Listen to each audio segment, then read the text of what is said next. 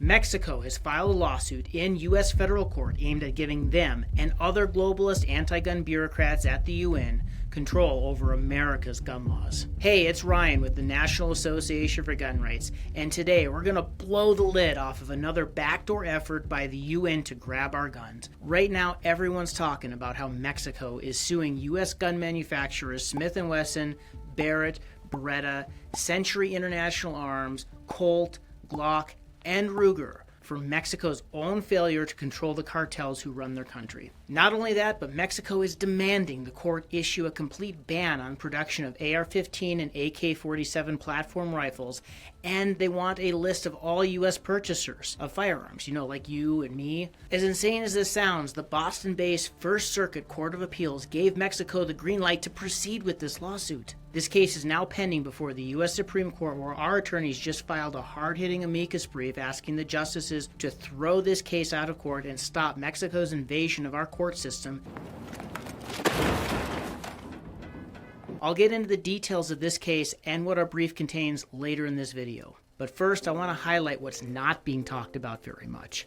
And that's how deep the ties run between Mexico's lawsuit and the United Nations Arms Trade Treaty, aka the Small Arms Treaty.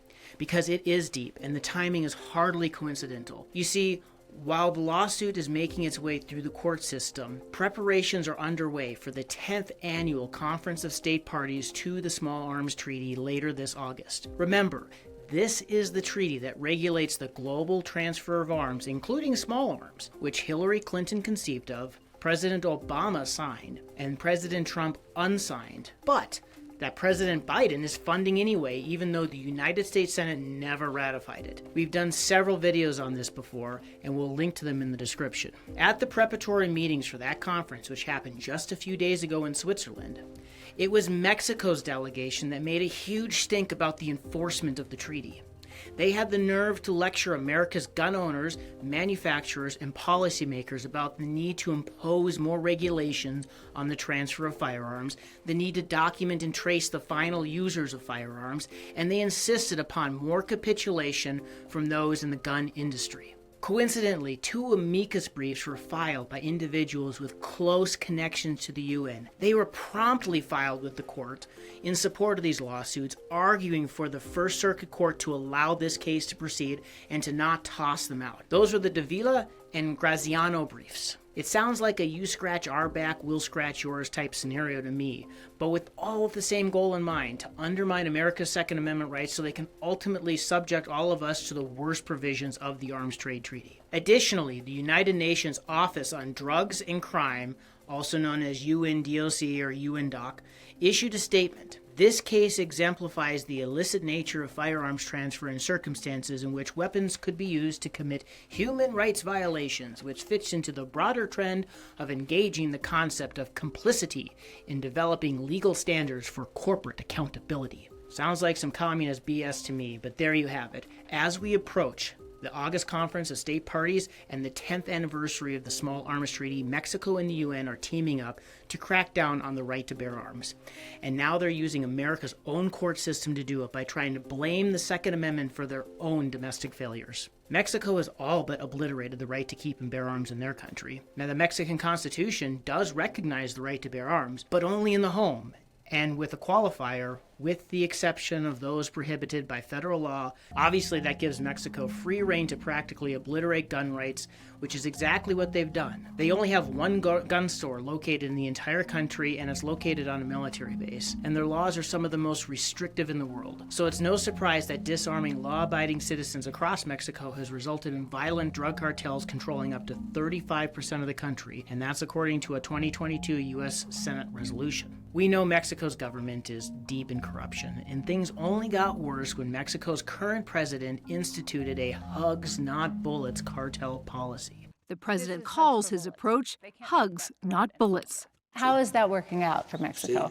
Muy bien. Very well. Why you always lying? Now, don't laugh, but gun violence is the exact pretext they're using to go after us and our gun manufacturers here in the United States. They're blaming Glock and Smith & Wesson and others for arming their cartels. But instead of blaming their own draconian gun control laws, as they should, or the ATF, which got caught red-handed doing exactly that 12 years ago in Operation Fast and Furious, Mexico's suing U.S. gun manufacturers. So lawyers from Mexico crossed all the way to the opposite end of the continent and filed a lawsuit in the ultra-left wing federal district court in Massachusetts, the First Circuit, against a whole slew of major gun manufacturers. And here's what that lawsuit is specifically asking for. Number one, they want to ban manufacturers from producing and sell the most popular firearms in America, including the AR-15, AK-47, and many other semi-automatic handguns and rifles.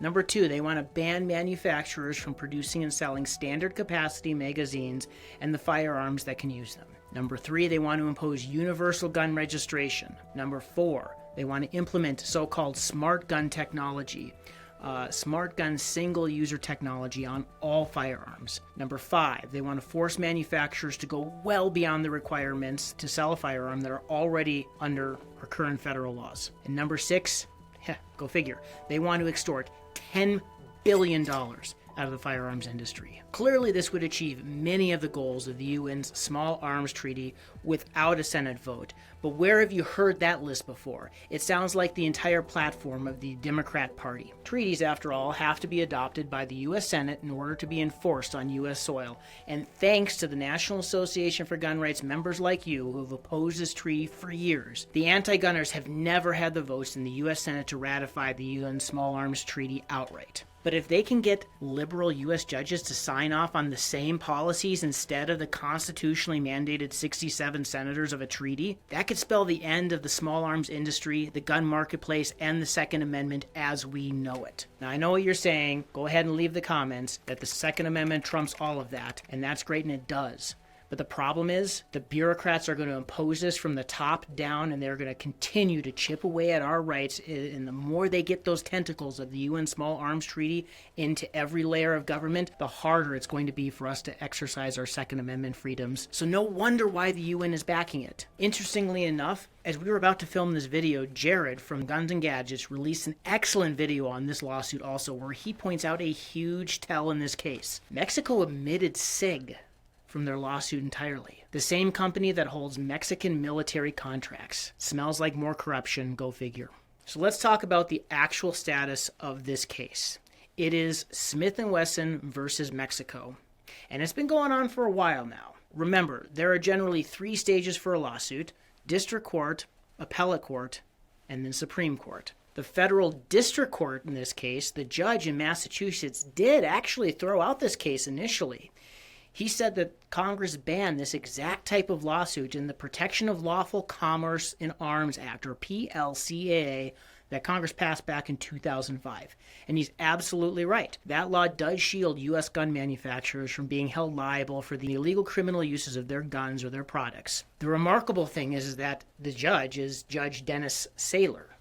And he's no friend to gun rights. In fact, he's the same judge who ruled in our case where we're suing to overturn Massachusetts' assault weapons ban. During our oral arguments in that case, Judge Saylor called the Second Amendment a suicide pact. But Mexico's lawsuit was a bridge too far even for him, and he threw out the case.